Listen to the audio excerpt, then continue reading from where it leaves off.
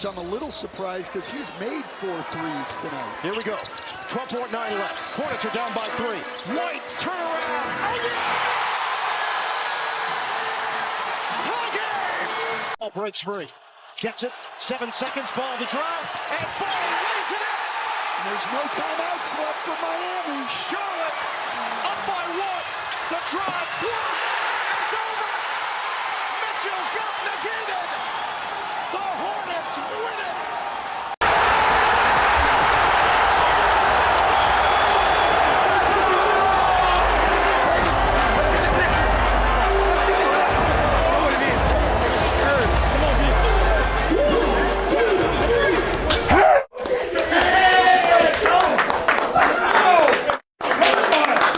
Executing at the end of the game. We'll watch some of the other stuff, but we got to watch this like right now. Hell of a job getting back, guarding, defending. We said it was going to come down to winning. Let's go! Winning! Let's go! Come on! That's a winning play right there. Love it. Hive on 3. 1, 2, 3. I don't think it's crazy to say we just watched the greatest play-in tournament game of all time. I genuinely mean that. The Charlotte Hornets were able to beat the Miami Heat, a team they were 3-1 against, and obviously there's some reasons as to why that happened, but we're gonna get into that obviously. But still, a win is a win. The season continues. The Heat go home. A rivalry in the books. We've had playoff matches with them. It might not be a rivalry to them, but to us, I will count it as a rivalry. So number 1, let's start off. The Charlotte Hornets beat the Miami Heat 127-126 in overtime.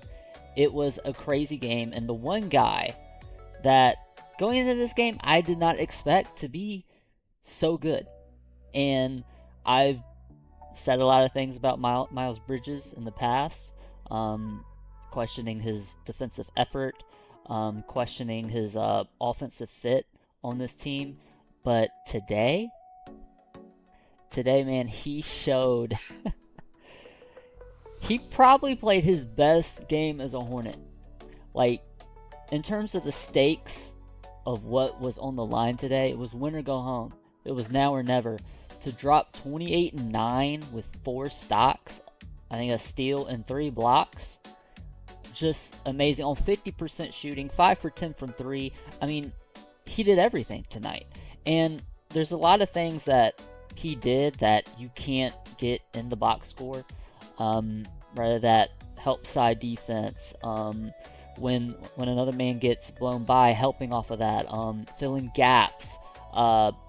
I believe he led the team in deflections today.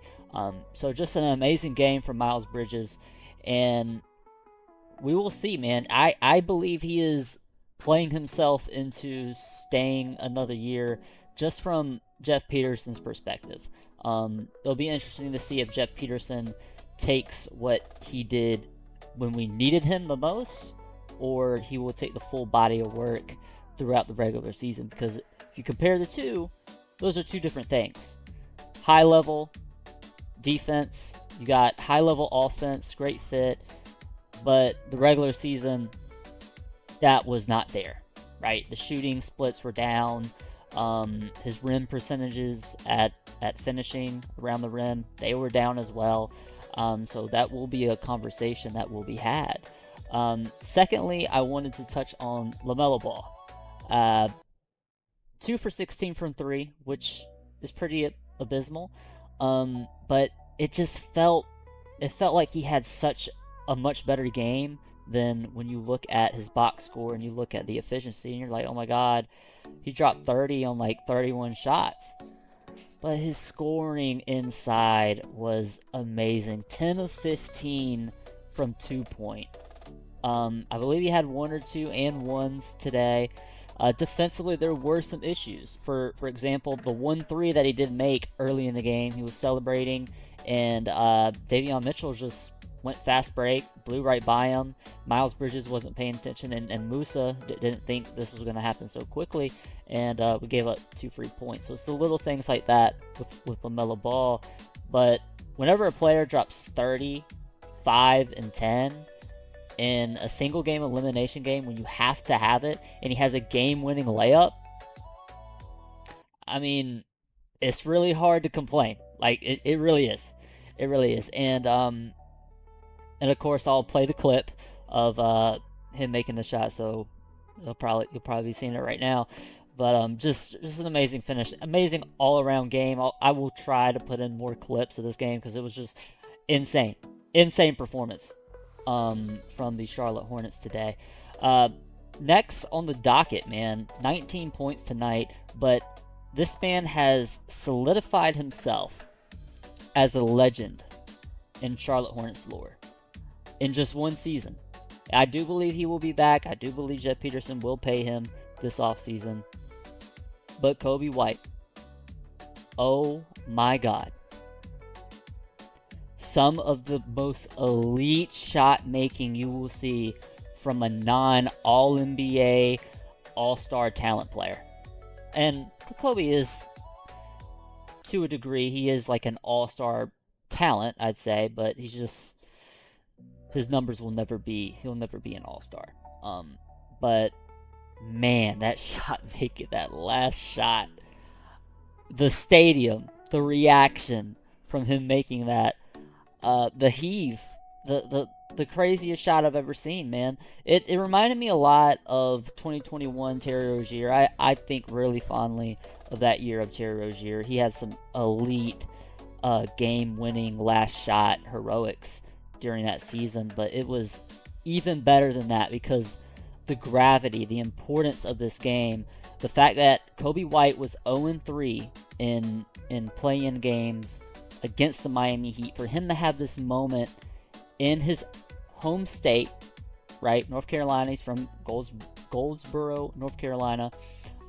He had, I think it's just an amazing story, and I'm really proud of what Kobe White has been able to do in his time here, and he has cemented himself as one of my favorite Hornets of all time, man, for sure. And I hope he comes back because, golly, having that off of the bench, we needed it because. And this is going to lead me into the next point. Con Knueppel was a no-show tonight.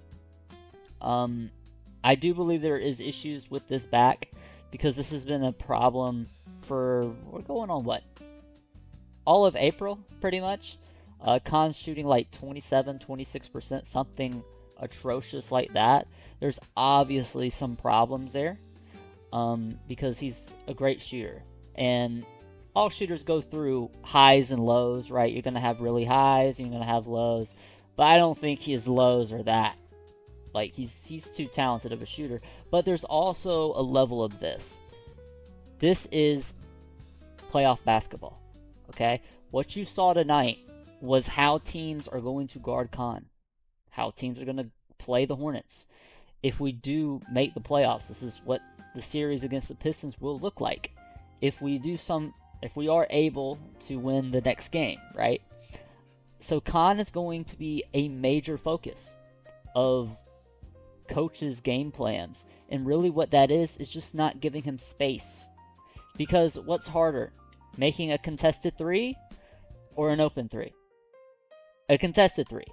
And I believe it's the same level of focus as we see with Steph Curry, we saw with Klay Thompson, which, mind you, Mavs fans are going on a tear right now because of Cooper Flagg and everything. But the fact that a rookie is getting that level of focus, I couldn't find the word, but that level of focus on the defensive, on the offensive end is utterly ridiculous. He's 20 years old. He's 20 getting guard like this. So this is going to be a learning experience for him, I'm sure.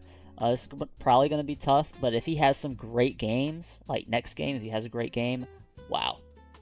Just absolutely impressive. But I did want to bring up a couple of things in the fourth quarter.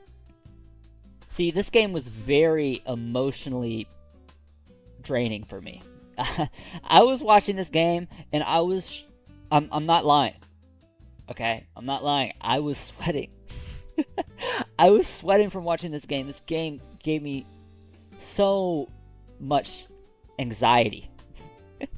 But it was a great experience. But for starters, in that fourth quarter, things looked bad, and it took a Brandon Miller big-time shot, and we will touch on Brandon Miller. I almost forgot about him. But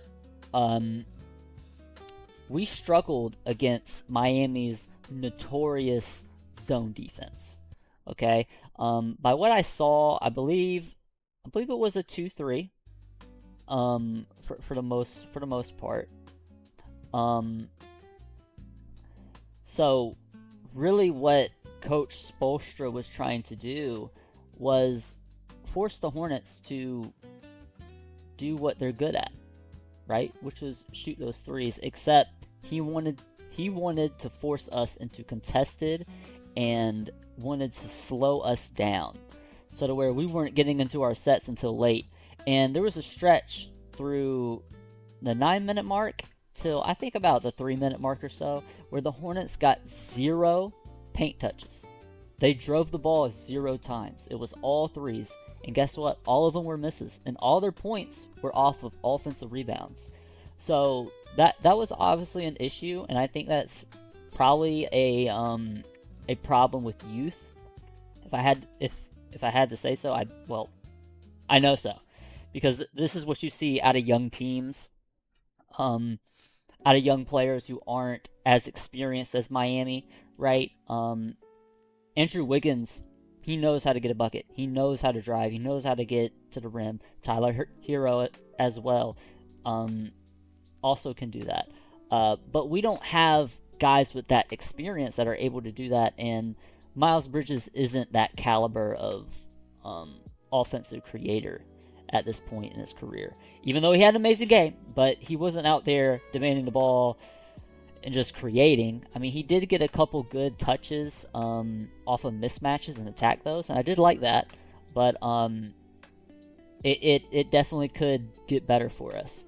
So all in all, man, just an amazing game, you know. But before we end, let's talk about Brandon Miller, man. Everyone knows he's one of my favorite players in this league. Sorry, he just is. I just love his game. I love his post phase. I love his ability to posterize people. I love his ability to finish alley-oops. I love his two-way potential, and we have seen a little bit of that this season. His defense start to elevate. But a problem that's been a problem before against good teams is Brandon Miller gets into foul trouble, and I think that's a little bit of him trying to do too much, right? Trying to be physical, trying to match that physicality that other teams play against him. And well, unfortunately, he can't get away with that because I think he's just a little young right now and doesn't have that leeway with the NBA refs yet. So he got in foul trouble early, only 3 points. I think it was 1 for 4 from the field, and ended up dropping 20 in the second half and overtime, and ended up shooting, I want to say, close to 50%. I don't know the field goal percentage, but I do know he ended up shooting 5 for 10 from 3. And the only reason why Kobe White's 3 was the game tire was because Brandon Miller made one of the toughest shots of the night by either team. Heavily contested 3. Like, the ability to make these tough shots, Brandon Miller is one of the best. Alright, gotta be like a top 10, top 15 tough shot maker in the league. At least for young players. Well, he would definitely be like top 5 or something like that. But yeah, everyone, this was a great moment for this fan base, great moment for this franchise. This is only the start. No matter what happens in the next game, we are on a unprecedented upward movement towards winning. And next year should be fun, but it's not over. It's not over yet. All right, we still got another game to go fight, to go try to make the playoffs for the first time in over 10 years. The city needs it so bad. Charlotte Hornets, man. What a freaking game, man. Oh my God, I still have goosebumps. Thank you, everyone, for watching my video. Please like, subscribe, share the video with a friend. You know the drill. And I'm out until the next upload.